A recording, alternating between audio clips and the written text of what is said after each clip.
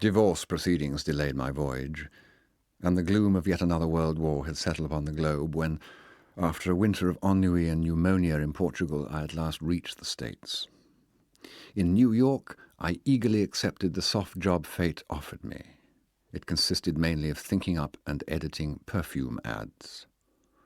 I welcomed its desultory character and pseudo-literary aspects, attending to it whenever I had nothing better to do. On the other hand, I was urged by a wartime university in New York to complete my comparative history of French literature for English-speaking students. The first volume took me a couple of years, during which I put in seldom less than 15 hours of work daily. As I look back on those days, I see them divided tidily into ample light and narrow shade. The light pertaining to the solace of research in palatial libraries, the shade to my excruciating desires and insomnias, of which enough has been said. Knowing me by now, the reader may well imagine how dusty and hot I got trying to catch a glimpse of nymphets, alas always remote, playing in Central Park, and how repulsed I was by the glitter of deodorized career girls that a gay dog in one of the offices kept unloading upon me. Let us skip all that.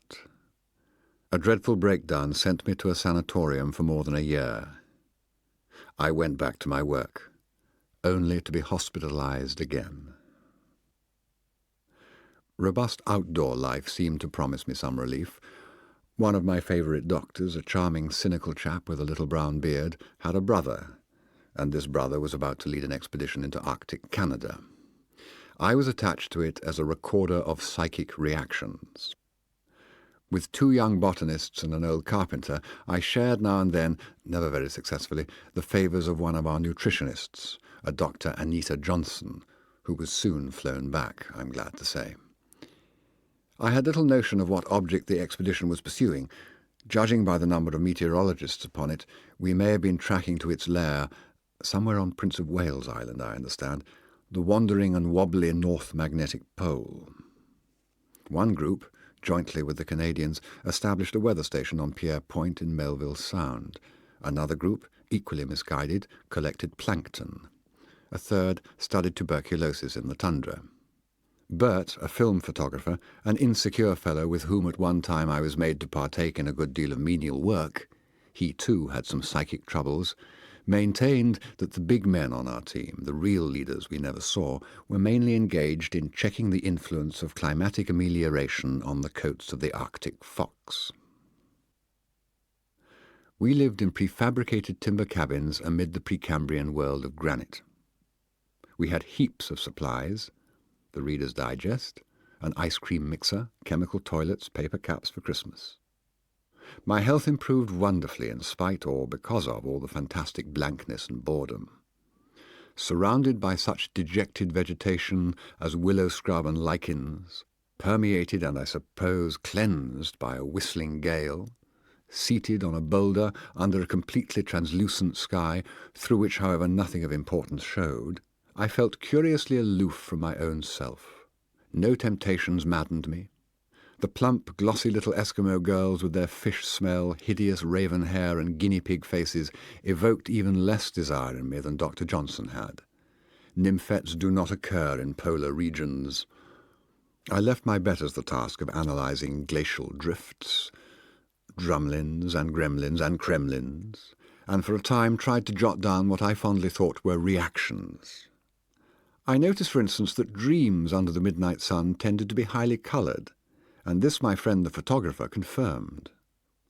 I was also supposed to quiz my various companions on a number of important matters, such as nostalgia, fear of unknown animals, food fantasies, nocturnal emissions, hobbies, choice of radio programs, changes in outlook, and so forth. Everybody got so fed up with this that I soon dropped the project completely, and only toward the end of my 20 months of cold labour, as one of the botanists jocosely put it, concocted a perfectly spurious and very racy report that the reader will find published in the Annals of Adult Psychophysics for 1945 or 1946, as well as in the issue of Arctic Explorations devoted to that particular expedition. which in conclusion was not really concerned with Victoria Island copper or anything like that, as I learned later from my genial doctor, for the nature of its real purpose is what is termed hush-hush, and so let me add merely that whatever it was, that purpose was admirably achieved. The reader will regret to learn that soon after my return to civilization, I had another bout with insanity, if to melancholia and a sense of insufferable oppression that cruel term must be applied. I owe my complete restoration to a discovery I made while being treated at that particular very expensive sanatorium. I discovered there was an endless source of robust enjoyment in trifling with psychiatrists, cunningly leading them on, never letting them see that you know all the tricks of the trade, inventing for them elaborate dreams, pure classics in style, which make them, the dream extortionists, dream and wake up shrieking, teasing them with fake primal scenes, and never allowing them the slightest glimpse of one's real sexual predicament. By bribing a nurse, I won access to some files and discovered with glee cards calling me potentially homosexual and totally impotent. The sport was so excellent, its results in my case so ruddy, that I stayed on for a whole month after I was quite well, sleeping admirably and eating like a schoolgirl.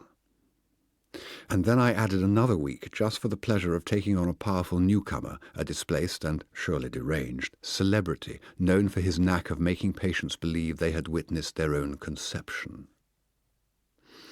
Upon signing out, I cast around for some place in the New England countryside, or sleepy small town, Elms, Whitechurch, where I could spend a studious summer subsisting on a compact boxful of notes I had accumulated, and bathing in some nearby lake.